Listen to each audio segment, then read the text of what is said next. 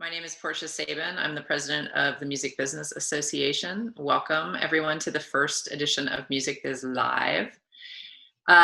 Music Biz, our annual convention, is a place for connection and usually discussing the state of the industry. That's what we tend to do. So we really wanted to create a forum where we could continue to do that right now at this time, since this is sort of an unprecedented situation. And it seems like discussing the state of our industry right now is probably more important than ever. So we are kicking this off today with Perry Bashkoff from Instagram and Mayola Charles from Facebook. So welcome, you guys. Welcome to Music Biz Live. Thank you. Thanks for having us. Yeah, I'm super excited. Super excited to talk to you guys. I'm quickly going to go through some housekeeping stuff. For the people who are watching and listening, we have a chat box, and if you would introduce yourself in the chat box, put in your name and your company where you work, or if you're an artist, you can put that there. And then if you have a question for the panelists or for me, you can do that via the Q&A box on the Zoom window. So two separate things: introduce yourself in the chat and ask a question in the Q&A box. I want to mention that in addition to this Music Biz Live series that we're working on, Music Biz is also doing some other educational community stuff. We have our Common Ground web series on Thursday afternoons, and we have our Q&A and op-ed series, Keeping Tempo. You can find those things, and you can also find all of our webinars archived at our website, musicbiz.org. I also have a music business podcast, The Future of What. Right now, we're figuring out how to record audio in my closet for that, so we don't have any new episodes. You may hear the audio from these Music Biz Lives as Future of What episodes coming up.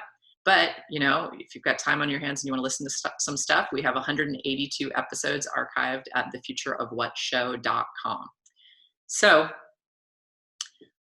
you can follow us on our socials. It's at MusicBizASSOC on all of the platforms. And on all of the social platforms, we will be announcing new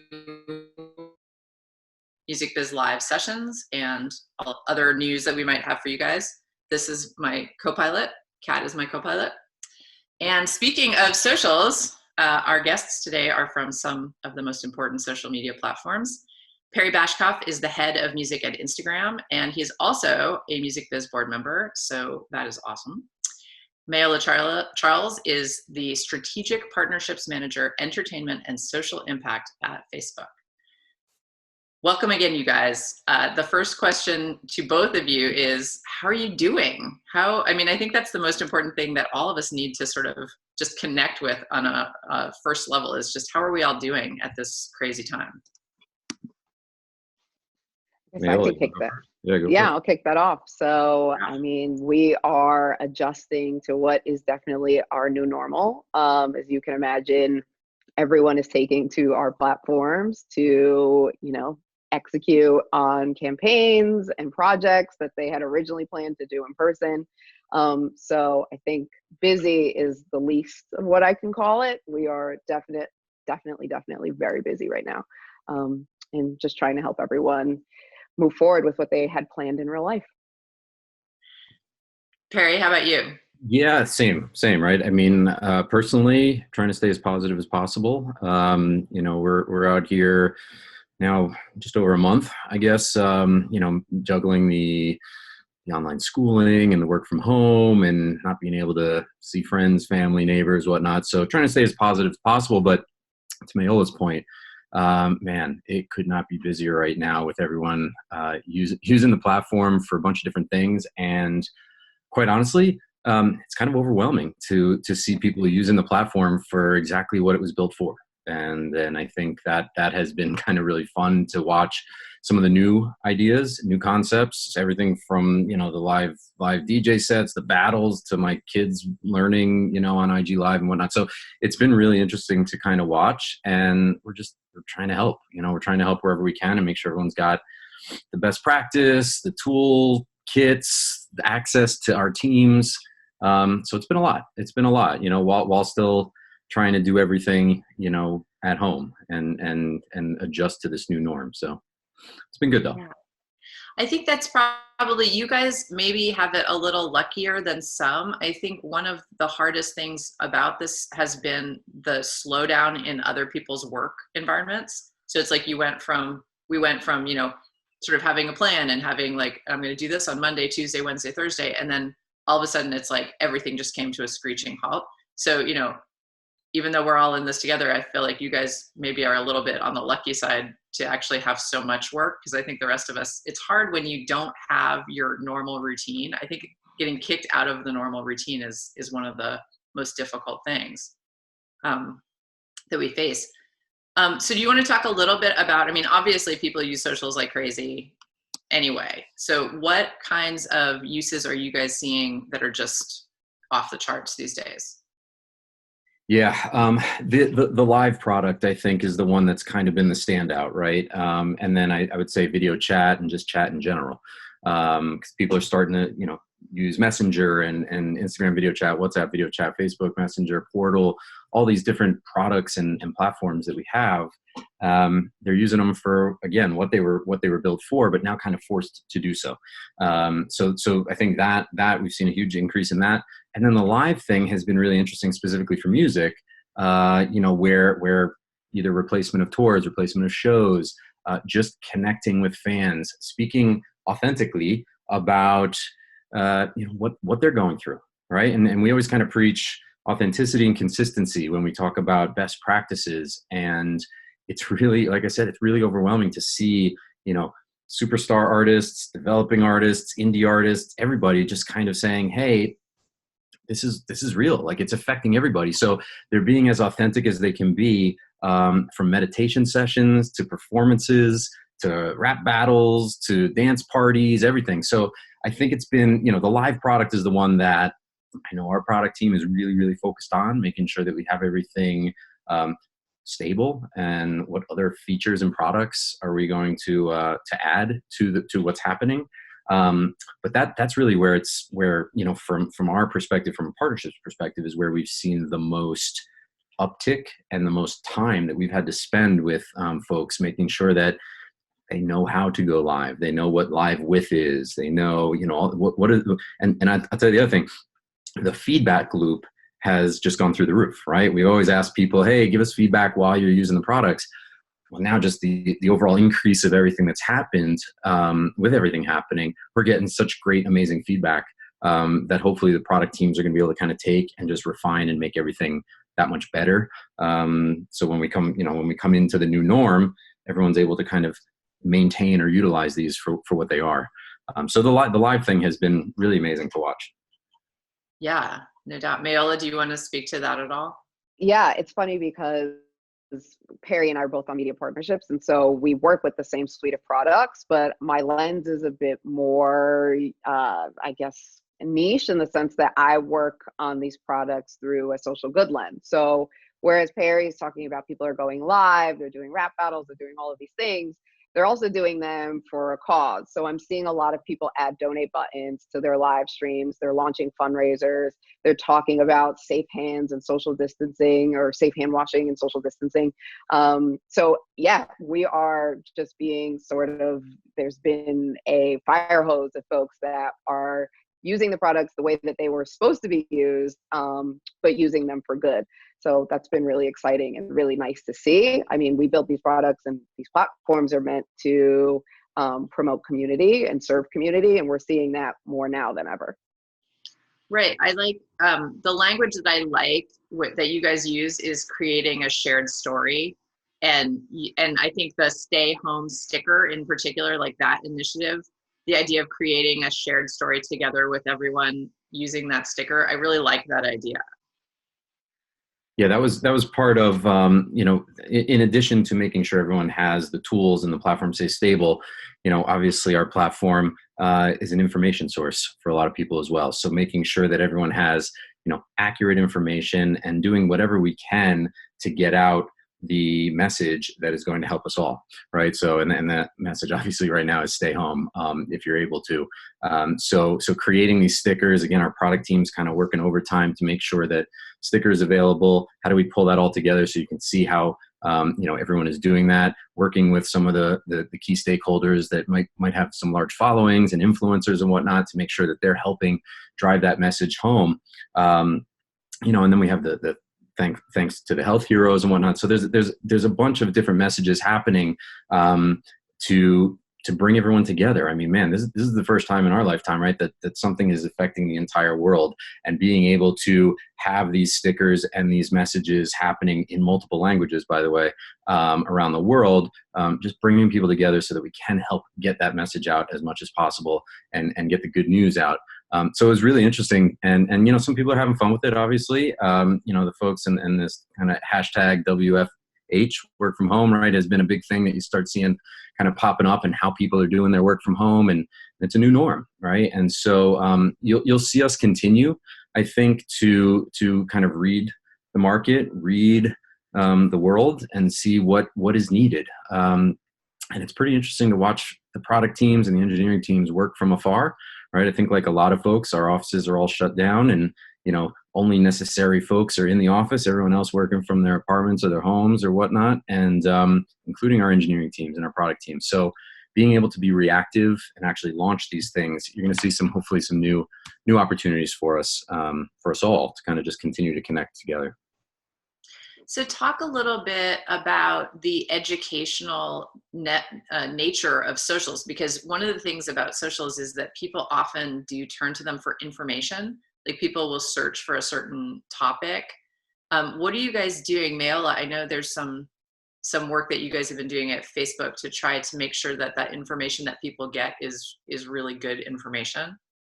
Yeah. So Facebook has committed to working with the WHO, or especially around COVID-19, to ensure that everyone is being delivered accurate information, and that there is no misinformation out there about what this disease is, what this pandemic is, who it affects, so that everyone is sort of starting at the ground level in terms of how they can protect themselves and others against contracting the virus. So we're doing that in a number of ways. One, we're working with leading public health officials and leading public health organizations to ensure that the information that gets pushed out on our platform is vetted.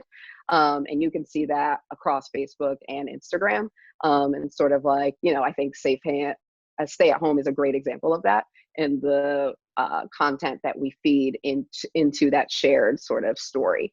The other way that we're doing that is by encouraging our robust list of talent and talent partners to share this information, to be the megaphone for these organizations so that everyone understands what they should be doing at a time like this. And then lastly, we're keeping our partners up to date. We send a weekly newsletter. Well, actually not lastly. So one of the other things is that we send a weekly newsletter with the most up-to-date information of what's happening on platform. I think, again, this is unprecedented. And so we're at a time where everyone is now taking to Facebook and Instagram to do what they needed to do before, but now we're also finding gaps in what we could offer our users. And so we're building products in real time so that you are able to execute on what you need to do now, and not 6 months or 8 months down the line. So we're constantly updating our community and our partners on what's new and available to them so that they can, do the path forward. And then lastly, I think it's just, we have a bunch of sort of notifications that pop up on our platforms. We have the hubs that we've created specifically around this moment. We already had, of all of these hubs, we already had the Business Hub and the Social Good Hub, and a few others, but we're creating materials to send out at scale so that everyone is aware of how they can use the platform. And we're sending those out in different languages as well, because we understand different markets are affected by this differently. And we want to make sure that everyone can plug in and play the way that they need to.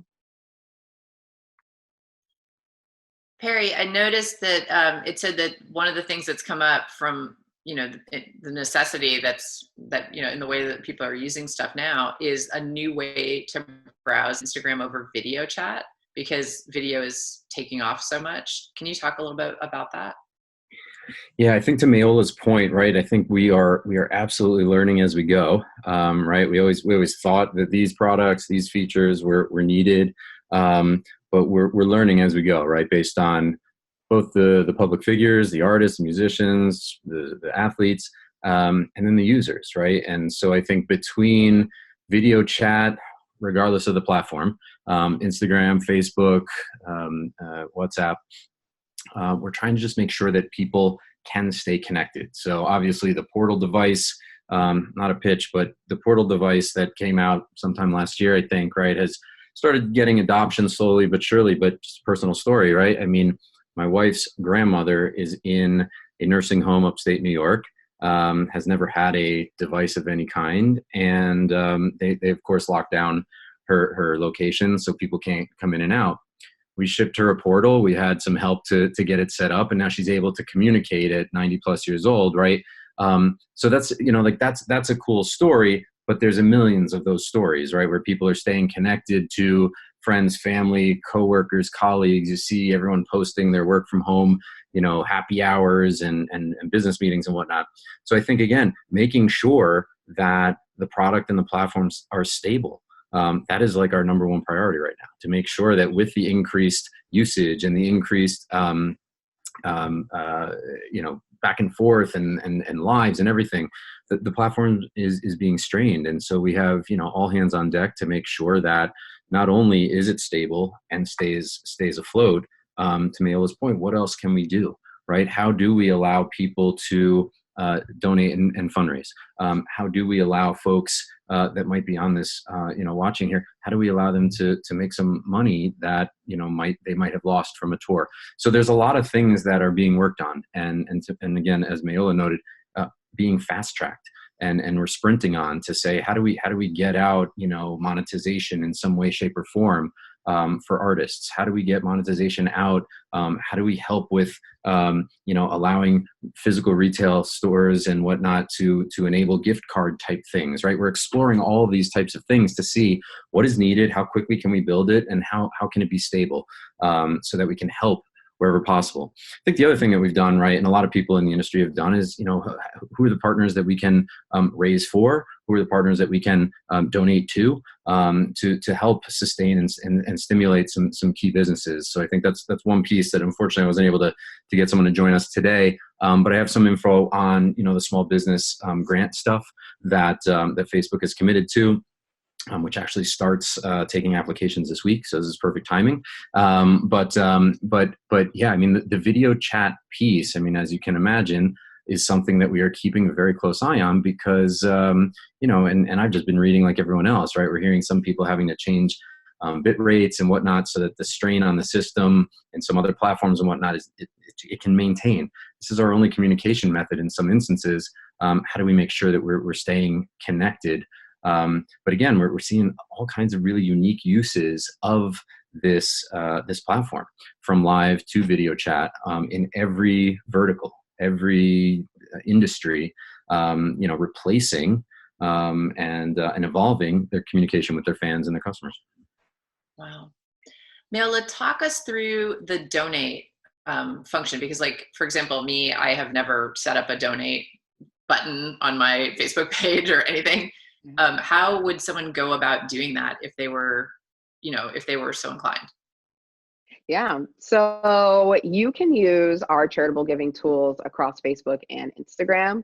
They are anchored on Instagram. So what that means is that, say, if you were an artist or a management company or a label and you had a Facebook page, you would need to apply for the donate button. So the donate button actually, you would need to use a nonprofit that is already onboarded to Facebook to be able to leverage their donate button across Facebook and Instagram. So what that means is that our charitable giving tools are available to everyone, but our nonprofits are the ones that can apply for a donate button. So I would say, I think like a good example of a nonprofit is like Music Cares, right? So Music Cares has a donate button on Instagram, but say I wanted to fundraise on behalf of Music Cares, I can do that by leveraging their donate button, by starting a page fundraiser for them, by sharing one of their fundraisers in my Facebook story, by adding a donate sticker on my Instagram story, and so on and so forth. Now, a nonprofit or a page, any other page that wants to support a cause, can leverage a nonprofit's donate button by adding it to a live stream, which we're seeing a lot of right now, especially now where everyone is launching their own virtual festival. We're seeing a lot of live and donates on Facebook. And we're also seeing a lot of donations happening on Instagram and stories. And so that's sort of a few ways that you can use it. As an individual, say you and I just want to start a fundraiser, you can do that as well, just as long as the nonprofit that you want to support is on Facebook.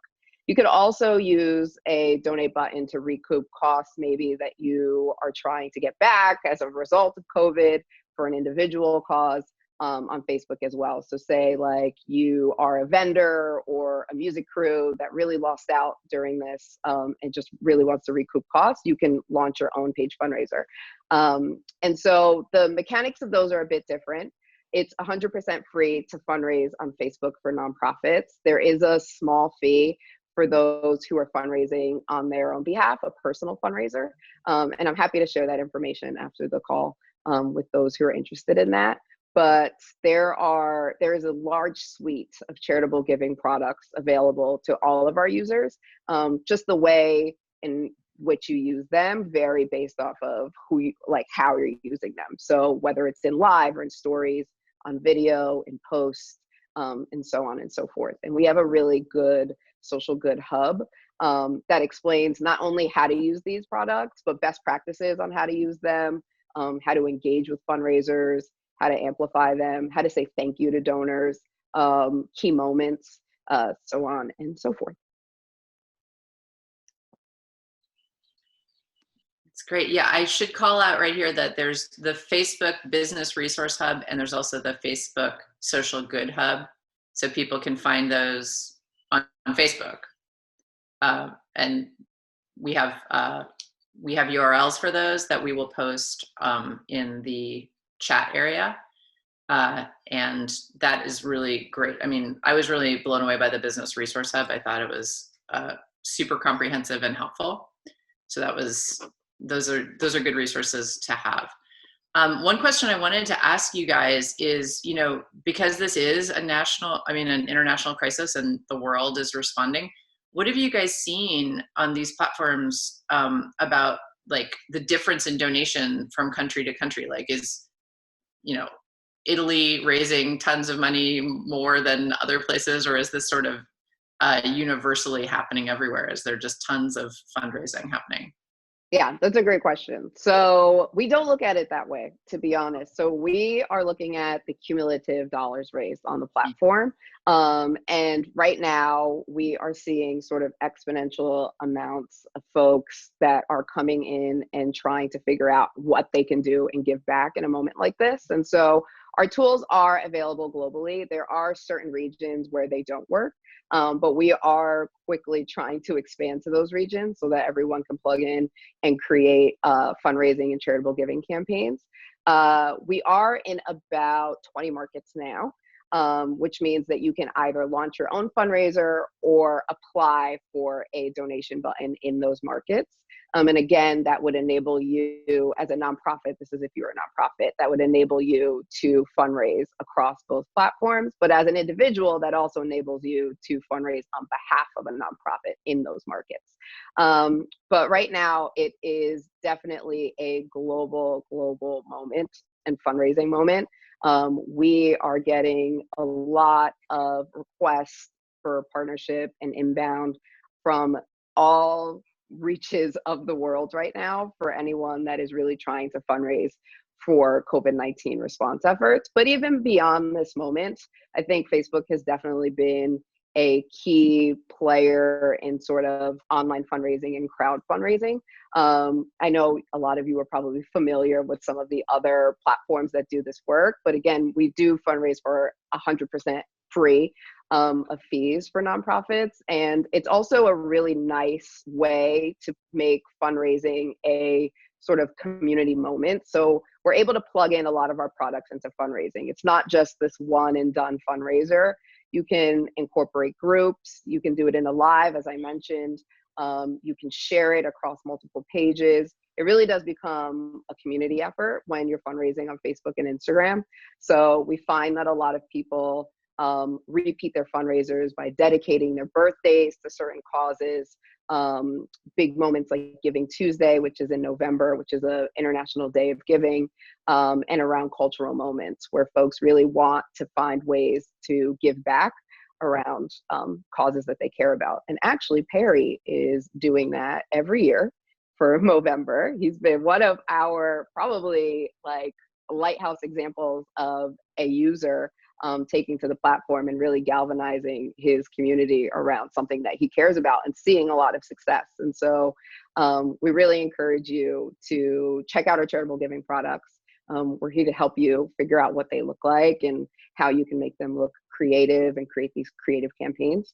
But yeah, it's definitely become an international moment for charitable giving. And we're seeing more people fundraise on the platform than we have before. And, you know, I know we don't have someone who's specifically here to talk about the small business grants that you guys, the program that you guys have started, but I do want to just call it out and mention that you guys created a $100 million grant program for small businesses, because that's super important that people know that you guys are doing that. Thank you to your companies for doing that. That's really fantastic. And Perry, you did say that you think the applications are going to start being available this week. Yes, so I do have a few answers to questions that I would imagine would be asked, right? So the website for more information, facebook.com/grants for business, the words grants for business. And if you go there, you'll get all the information, which talks about criteria, what you need to be able to submit for the grant, to be considered for the grant, how they're picking people for the grant, location-based type of things. They're utilizing third parties to help make selections. I'm just reading from some FAQs, obviously. Companies that are roughly 2 to 50 employees, starting to focus on various US cities, and then it will roll out to 35 different countries around the world.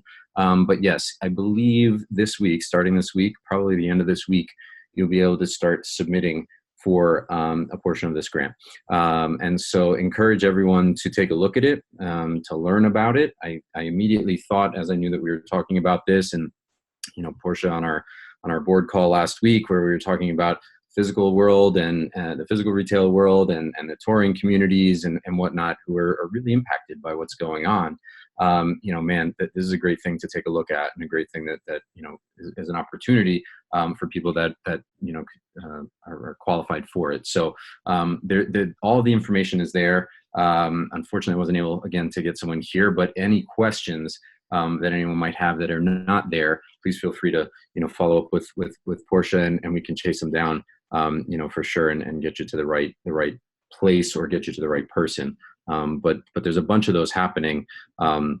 So do your research, I guess, past this, but spend the time, take the time to look through that site and familiarize yourself with what the opportunity is there. Cool. Well, if you guys are cool with it, we can take some questions, because we have a few questions in the question area. The first one is, what recommendations do you have for successful live concert streaming?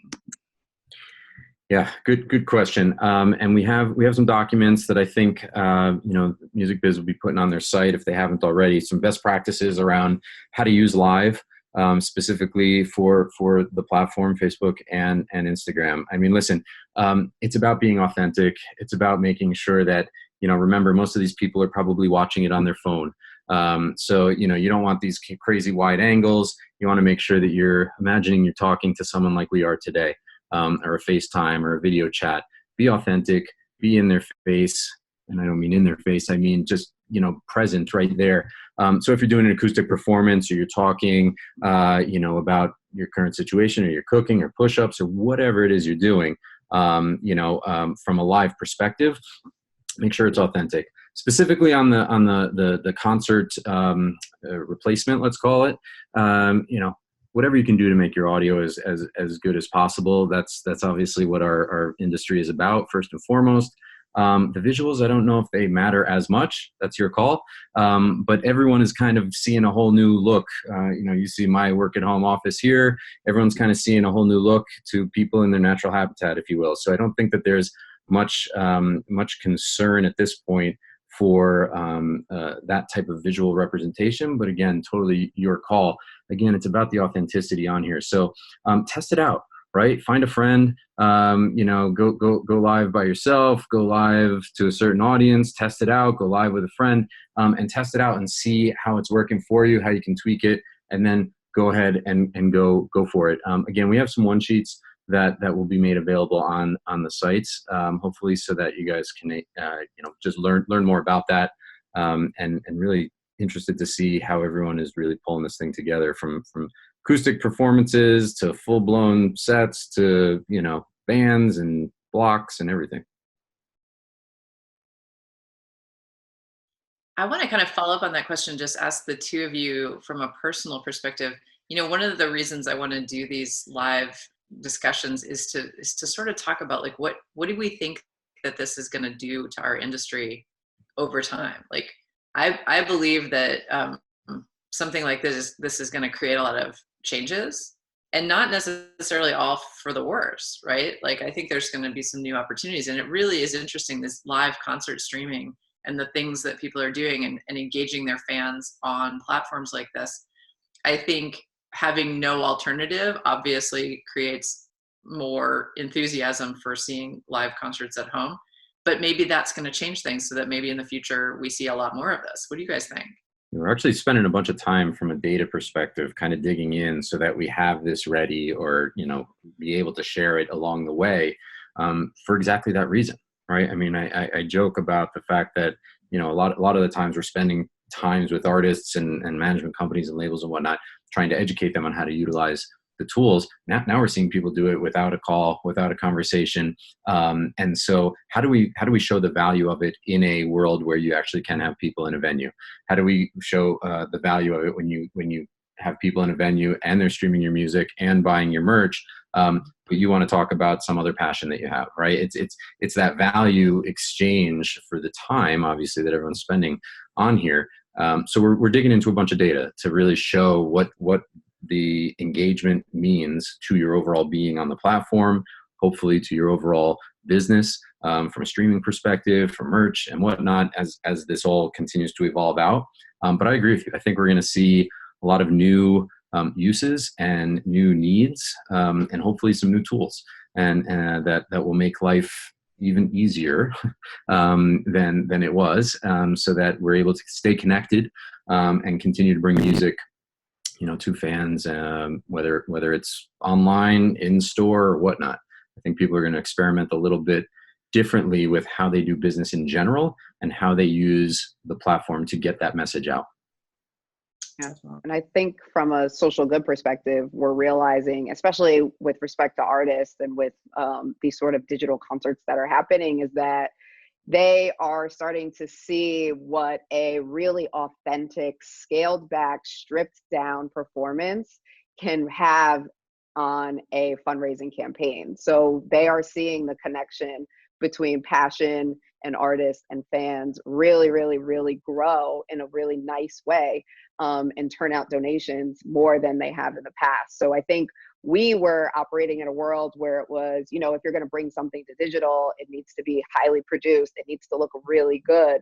But we're learning that these very stripped down living room concerts are really what the fans like. And it's really been helping them sort of dig into their pockets because they feel like they have a connection with the artist. So I really recommend just, finding a quiet space, some good audio, and going live, and maybe adding a donate button. I couldn't agree more. I actually think that, those of us who've been watching music and going to see shows forever know the difference between like a small intimate concert and then a big produced spectacular event. And I think this is really exciting because I think it's like exposing a whole new generation to this notion of a very intimate moment with your favorite artist. I did that the other night with my favorite artist. I just went and he was performing from his living room, and their internet connection was really crappy, so it kept cutting out, and it was still amazing. I was just like, oh, this is so great. And he was, taking whatever suggestions from the chat box. People would put in their favorite song and he would actually play it. It was just, and that's very, I mean, if what we're looking for in this world is connection, and what social media is helping us with is connection, then that really, it was true connection. So I think it's important that you say that, because right, the other thing that I've noticed just in watching a bunch of folks, even in outside of music, you know, in sports and others, right? I mean, we're all human, and this is really kind of level setting everybody, because it's affecting everyone. And you know, people that are having internet issues and people that don't know to flip their phone on a different way and how to use it, like, we're not perfect. That's okay, right? And we came off the stage and we're still human like everyone else. And I think that what's happening is really showing that side of everybody, because they're trying to interact with fans, but they're also trying to see what else is going on themselves, to keep themselves kind of, you know, their mind space good and whatnot. So I couldn't agree with you more. I think it's really, really exciting to see people, you know, going live and their kids bombing the video, right? Or like they're, you know, whatever, like that's real life. And I think, Portia, to your point, like, what does the new norm look like, right? I think people thinking, oh my gosh, my kid bombed into my video and it becomes like this viral meme thing. That's kind of going to be what it is for a few months for some people. And maybe that just becomes okay, right? And I think that's, you know, concerts or what, oh, it didn't work. Oh, this platform didn't work for me. I had to bop over here, but it's still available. We've seen that happen a few times, or, you know, between Instagram, YouTube, Twitch, all these things. Oh, something's not working. And so I popped over here. Just, it's okay. You're still making that connection. And I think, again, it's just the authenticity of like, hey, we're not perfect. We're just trying. We're just people out here having fun and being passionate about what's going on. Yeah. And to what Mayola said, you know, I love the idea of seeing your favorite superstar who normally looks perfect at home in a baseball cap, you know, Yeah. a cat or whatever. It's just, it's really, it's humanizing, right? And right now, as we need humanity, we need to feel like we're all in this together, because we really, really are. So, okay, next question. This is a technical question. When can we expect to see Instagram shopping rolled out to artist class business accounts? Saw some beta cases around the 2019 holidays, but have heard nothing since. We would be great to empower artists with that revenue stream in this time. Yeah, we couldn't agree more. And this is something that actually in 20 minutes, I'm jumping on a call with the shopping team. I mean, this is something that to whoever asked it, yes, we did a little beta at the end of the year. Kind of ran right into the holiday season, so it was a little thrashy, but this is a focus for us, right? And we want to make it so that it is available for folks to generate that much needed revenue. As you can imagine, with any product launch, there's some kinks and some things to work through, like anything. But we are sprinting and we are trying to make it available to as many people as possible. So we've been doing a bunch of different deals and onboardings with a bunch of these back-end merch providers, and so that hopefully in the coming weeks we will have a solution for folks, and you'll start seeing a few more of these betas rolling out. But we'll have some solutions for folks to be able to take advantage of what's happening on the platform. And again, just another opportunity to connect with your fan base, with anyone who is looking either for their own self well-being, right? They want a new band, you know, new tour T-shirt, and then the same, you know, for all these artists as well. You know, how do we replace the revenue that you may have lost on the road, or how do we help you stimulate the revenue that you know, you're maintaining from other platforms? So that is something that we are 100% focused on, and you'll see some news hopefully in the coming weeks from us on that. Cool, thank you. The next question is also an Instagram question. It says, will Instagram Live add the ability to add more than one guest? We are using it for artist and audience interviews, but have other ideas to add multiple screens. Yeah, this is probably one of the biggest requests that we've gotten over the past few weeks. You know, the live with feature is something that we saw kind of used pre-COVID, and now it has become kind of the norm, where we're seeing, you know, big celebrities going live with big celebrities going live with fans, doing all kinds of different things. And one of the questions is, you know, how do we start expanding that into this type of situation? You know, our messenger tools allow for multiple videos to come in. So maybe there's a solution there, but on the Instagram side, for sure, this is something that we are looking at. Timeline TBD, but it's something that we're definitely scoping out. Cool. Thank you for that. The next question is, we touched a little bit before, Mayola, on getting good information out to people. This person wants to know, is there an effort to monitor misinformation to some extent? Yes.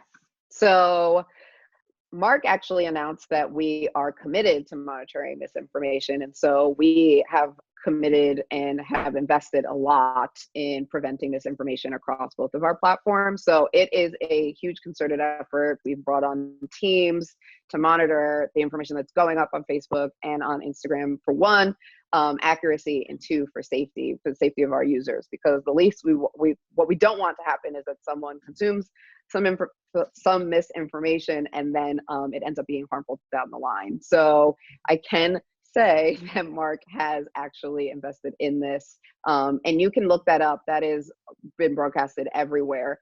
We've made a large company investment in misinformation campaigns, or taking down misinformation. Cool. Thank you for that. Let's see what else we have. Okay. Is there a plan to enable live simulcasting with Facebook and Instagram?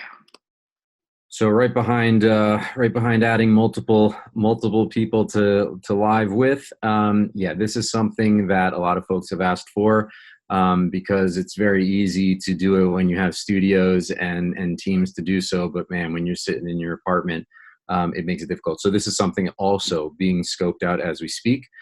The ability to simulcast between your IG and your Facebook. So more to come on that, hopefully in the near future. Cool. I'm just interested. I'm just going to ask for myself. It sounds like you guys, like you said, you're so busy. Are you guys like hiring? I mean, are you like, we got to add people to deal with this demand?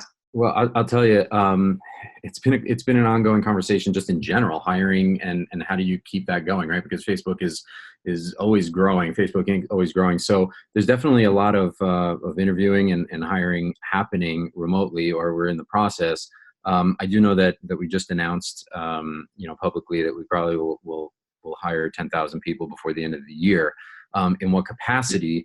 That I don't have all the vision into. I do know that specifically, on the media partnerships side and the partnerships, entertainment partnerships, music, whatnot, we are looking to see what our needs are, based on what is happening right now, and scoping all of that and deciding, what do we need? How do we have to pivot a little bit, right?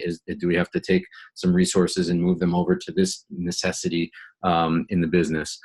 So overall, the company is absolutely hiring, and we're trying to figure it out at the same time that everyone else is.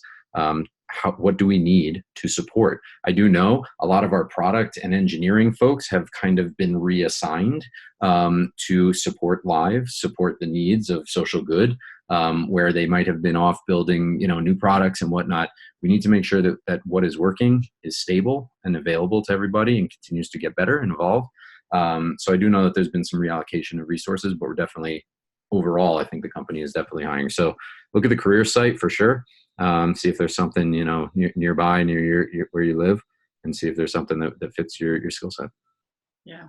And that's one of the sort of weird silver lining things in this type of crisis that we're going through, is that so many people have lost their jobs, and yet there are all sorts of things that are opening up, that are needing people. So it's an amazing thing. Mayola, I think this is a question that you can answer from the social good perspective. Okay. Are there services for the elderly that you can share? I'm hoping to find ways to get the elderly that lack resources connected here in New York City through services and devices. Interesting. So, to my knowledge, I'm not aware of anything that is primarily focused on that community specifically, but I do know that we do have resources that do serve that community. So one, I think Perry brought up a really great example of our Portal device, which is something that I encourage you to go out and purchase if you are trying to communicate with someone who is elderly and obviously can't do that at this time, given that they are at increased risks of contracting COVID-19. So I would recommend the Portal, which enables you to video chat in a nice, easy, sort of simplified way with family and friends. And then we also do have, over hundreds of thousands of nonprofits that are onboarded to Facebook. So you can go to facebook.com/fundraisers and search by the community that you want to give back to. And so you could support like elderly or elderly services, and see what nonprofits are doing either fundraising activations or volunteer activations or anything like that, to see how you can plug into the work that they're doing, and support them either through donations or through volunteering, obviously remotely. But that is a great resource for those who are looking to give back and have an idea of the community they want to give back to, but don't know how to do that. So again, that website is facebook.com/fundraisers. Great, thank you. That's very useful. Here's an interesting question, which I think is actually really relevant. Independent artists I know struggle getting their head around making things like designing Spark AR studio filters, GIF stickers, adding lyrics to the music sticker, etc., and can't afford to hire people to help. Would Facebook, Instagram be up for hosting some introductory master classes to help walk them through how to use some of these great tools? So the short answer is yes. We have a series on the music side we call Facebook Loves Music, that we've been doing for just about a year now in these various little pods. Now they are in real life. So we are in the process of working with all the teams internally that touch and created that, to figure out how we recreate them in virtual world. So more to come on that, hopefully in the near future. But we've hosted things around advertising best practices and music sticker best practices. I know that's mentioned here, the lyrics, music stickers, the Spark AR stuff, etc. So yes, the answer is yes. We will be hosting a bunch of these hopefully in the near future again. So keep an eye out for that. But yeah, I mean, anyone is welcome to those. I know also our partners at CrowdTangle, they host regular webinars for the various verticals from a data perspective, so you can see what is working for yourself, and the posts that you're making. So a lot of good resources. But yeah, I mean, again, while we're managing inbound and everything, we're trying to figure out how we keep that good education going. So there is a Facebook group. Now that I just thought about this, there is a Facebook group called Indie Day. And specifically for our independent artists and label partners, we had created a few different sessions, London, New York, LA, Nashville, where we invited indie artists, managers, publishers, etc., for these types of education sessions. So if you check out the Indie Day Facebook group, there's a bunch of different information posted there, and files, documents, one sheets, and whatnot. You can ask questions. It's a great community. The group community itself, a lot of folks just asking questions, answering on their own. But yeah, the original question, we are absolutely looking to host these master classes. So keep an eye out for those for sure. Thank you for that. I think that's a good question, just because I've worked for many years with artists, and I agree. I think that it can sometimes be really difficult to get artists to feel comfortable with the tools that you guys have provided. So it's good that you provided the tools. But I think it sort of brings up this other question, which is, I think artists immediately felt very alone when this crisis happened, right? Because all of a sudden you literally can't do any of the things that you used to do to make money. And I think it was extremely depressing. And do you guys have any resources for artists, like things like mental health resources, community health resources, any place somewhere that they can find info on that stuff? So I can jump in here. So we have a really large community health partnerships team, and they are in close contact with a lot of these providers, whether it be mental health or just healthcare in general. And they have a series of resources that they make available to our users to tap into. Now, I don't know of anything that is necessarily like music specific, but I imagine that if you are sort of struggling with sort of these issues, that there is a resource that they have to help you with. We don't give out sort of like medical resource directly to users, or medical resources directly to users, or advice, I should say. But we do have a robust partnerships team that works with these nonprofits to ensure that they are equipped to give that information out on the platform in a way that is safe and also accurate, back to that misinformation piece. So we, again, don't give out medical advice, but we do work with the providers, vetted providers that do leverage the platform to do so. And I don't have that link on me right now, but I'm happy to share that with you so that we can share it with the rest of the folks on the call. Great. Thank you. That's awesome. Well, I think we're good here, you guys. Do you have anything else that you wanted to throw out here for while we have the opportunity to talk to these people who are listening and watching?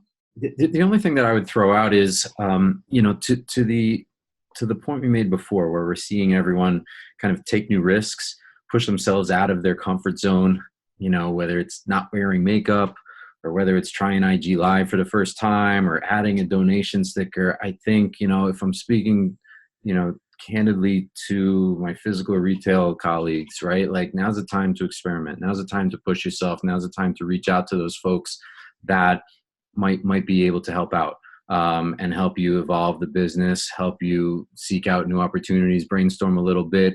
And we're here for you.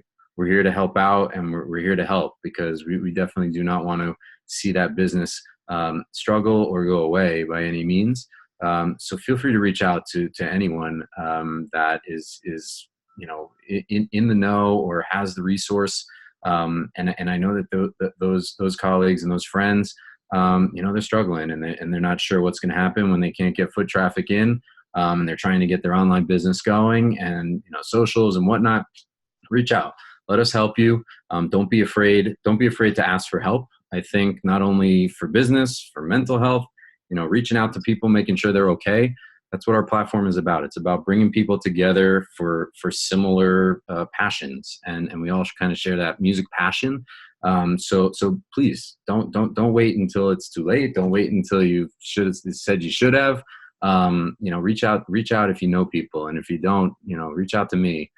Find me on LinkedIn. I'll hook you up with whoever we can find, because we're all here. We're all here to fix it and make it better. And use that stay home sticker. Stay home. Stay home if you can. So that we can get past this thing and to our new norm.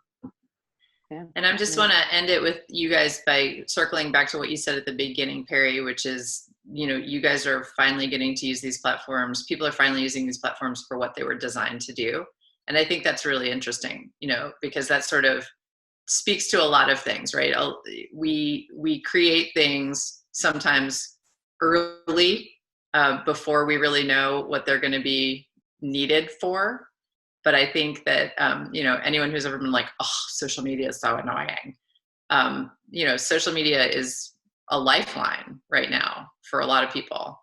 I mean, millions of people. So, what you guys have created has some seriously positive effects right now. And I think I love it that you guys are thinking about this so hard and putting together so many new things based on needs. So I just wanted to thank you for doing that. And I also wanted to thank you for coming on the show today. So Perry Bashkoff and Mayola Charles, thank you so much.